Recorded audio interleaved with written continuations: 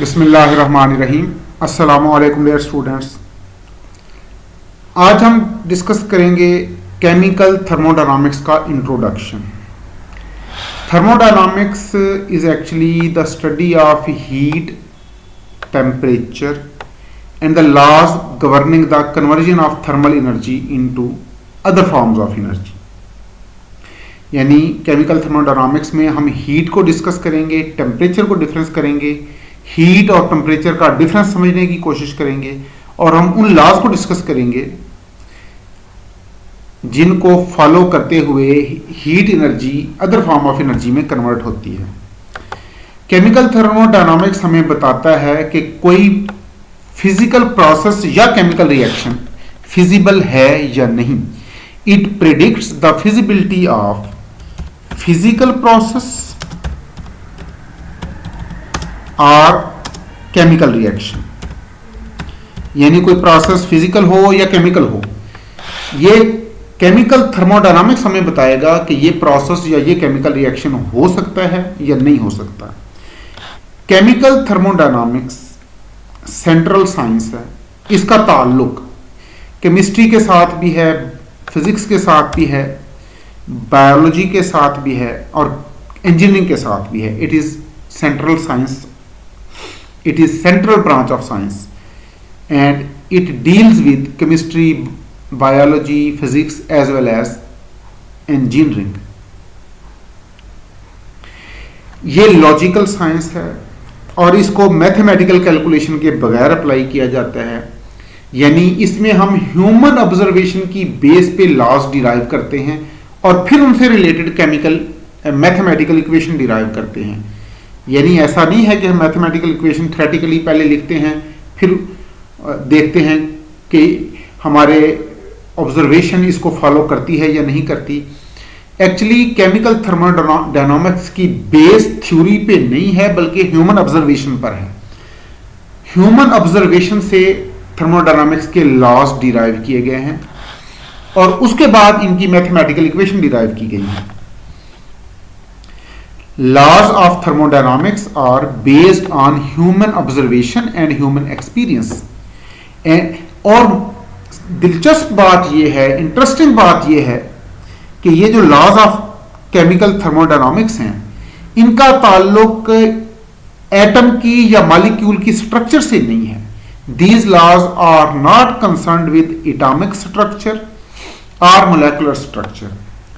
तो अब हमें इस बात से कोई गर्ज नहीं है कि हम एटम की स्ट्रक्चर के बारे में डाल्टन की थ्योरी को सही समझते हैं या हम नील बोहर की थ्योरी को सही मान रहे हैं या हम एटम की स्ट्रक्चर के बारे में रदरफोर्ड की थ्योरी को सही मान रहे हैं या हम एटम के स्ट्रक्चर के बारे में श्रोडिंगर की थ्योरी को सही मान रहे हैं। हम एटम की स्ट्रक्चर को किसी भी थ्योरी के तहत डिस्कस कर रहे हों, केमिकल थर्मोडायनामिक्स का इससे कोई ताल्लुक नहीं है। यानी the laws of chemical thermodynamics are nothing to do with atomic and molecular structure. इसी तरह मोलेकुलर स्ट्रक्चर में चाहे आप कोवेलेंट बॉन्ड की नेचर को लीविस थ्योरी से एक्सप्लेन करें या आप वैलेंस बॉन्ड थ्योरी को सही समझ रहे हैं या आप मोलेकुलर ऑर्बिटल थ्योरी को सही समझ रहे हैं या अगर कोई कोऑर्डिनेशन कॉम्प्लेक्स है आप वर्नर थ्योरी को सही मान रहे हैं, आप क्रिस्टल फील्ड थ्योरी को सही मान रहे हैं, केमिकल थर्मोडायनामिक्स का इससे कोई ताल्लुक नहीं है। केमिकल थर्मोडायनामिक्स के लॉज इन थ्योरीज पे डिपेंड नहीं करते।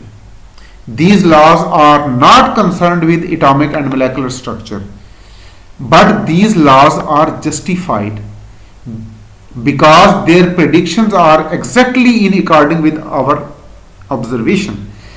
यानी हम केमिकल थर्मोडायनामिक्स के जो लॉज डिस्कस करेंगे उसका ताल्लुक इस बात से नहीं है कि एटम की स्ट्रक्चर क्या है और एटम की स्ट्रक्चर के बारे में आपने किस थ्योरी को फॉलो किया है, और केमिकल थर्मोडायनामिक्स के लॉज का इस बात से भी ताल्लुक नहीं है कि आपने मॉलिक्यूल की स्ट्रक्चर के बारे में किस थ्योरी को फॉलो किया है, बल्कि ये लॉज हमारी ह्यूमन ऑब्जर्वेशन और ह्यूमन एक्सपीरियंस की बेस पे डिराइव किए गए हैं। इसलिए ये लॉज जस्टिफाइड हैं। The laws of thermodynamics are justified because they depend on human observation and human experience.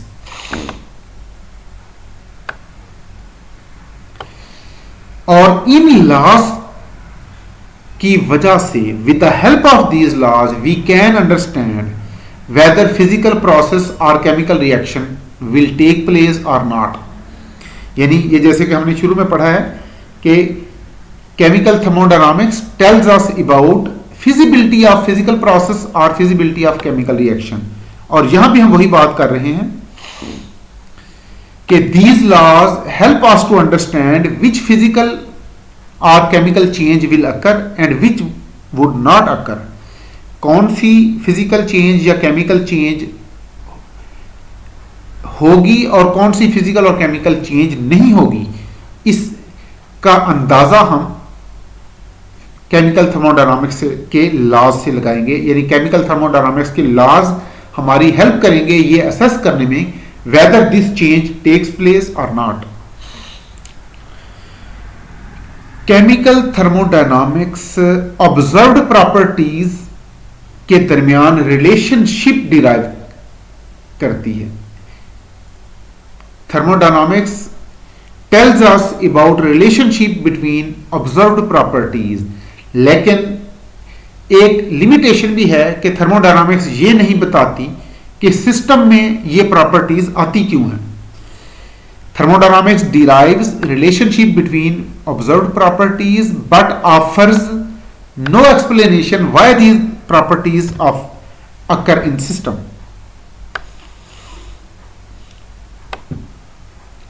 Chemical thermodynamics macroscopic science है and it is not affected by changing ideas about structure of atoms or molecules।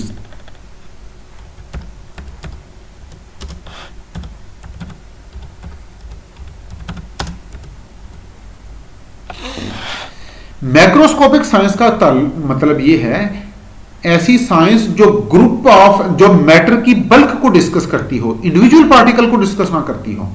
Chemical thermodynamics में हम individual atoms या individual molecule को या individual ions को नहीं discuss करेंगे, हम ग्रुप ऑफ एटम्स को, ग्रुप ऑफ मॉलिक्यूल को, ग्रुप ऑफ आयंस को डिस्कस करेंगे। इसलिए हम कहते हैं कि केमिकल थर्मोडायनामिक्स मैक्रोस्कोपिक साइंस है। It is not affected by changing ideas about structure of atoms और मॉलिक्यूल एंड इट डील्स, यानी chemical thermodynamics deals matter in bulk. अब इस बात का क्या मतलब है कि thermodynamics deals matter in bulk? It mean it does not deal individual atoms और molecules. Chemical thermodynamics individual atoms को, इंडिविजुअल मॉलिक्यूल्स को या इंडिविजुअल आयंस को डील नहीं करती, बल्कि केमिकल थर्मोडायनामिक्स डील करती है ग्रुप ऑफ एटम्स को, ग्रुप ऑफ आयंस को, ग्रुप ऑफ मॉलिक्यूल को। इसलिए हम लिखते हैं कि rather it deals with group of atoms, ions और मॉलिक्यूल्स। और जब आप ग्रुप ऑफ पार्टिकल को डिस्कस कर रहे होते हैं तो हम कहते हैं कि हम मैटर को बल्क में डिस्कस कर रहे हैं। इसलिए हमने कहा कि chemical thermodynamics is a macroscopic science. It is not affected by changing ideas about structure of atoms और मॉलिक्यूल्स। अगर कल कलां ये साबित हो जाए कि हम एटम्स और मॉलिक्यूल की स्ट्रक्चर के बारे में जितनी थ्योरीज पढ़ रहे हैं ये सारी गलत हैं और इनकी रिप्लेसमेंट में नई थ्योरीज आ जाएं, तो भी केमिकल थर्मोडायनामिक्स के लॉज चेंज नहीं होंगे। क्यों? कि केमिकल थर्मोडायनामिक्स के लॉज एटम या मॉलिक्यूल की स्ट्रक्चर पे डिपेंड नहीं करते। Chemical thermodynamics deals with matter in bulk. Chemical thermodynamics matter को बल्क में डिस्कस करती है और इसका मतलब यह है कि it does not deal individual atoms, individual ions और individual molecule, rather it deals with group of atoms, group of ions and group of molecule. और बल्क में मैटर की प्रॉपर्टीज को कहते हैं मैक्रोस्कोपिक प्रॉपर्टीज। इसलिए हम कहेंगे कि chemical thermodynamics deals with macroscopic properties.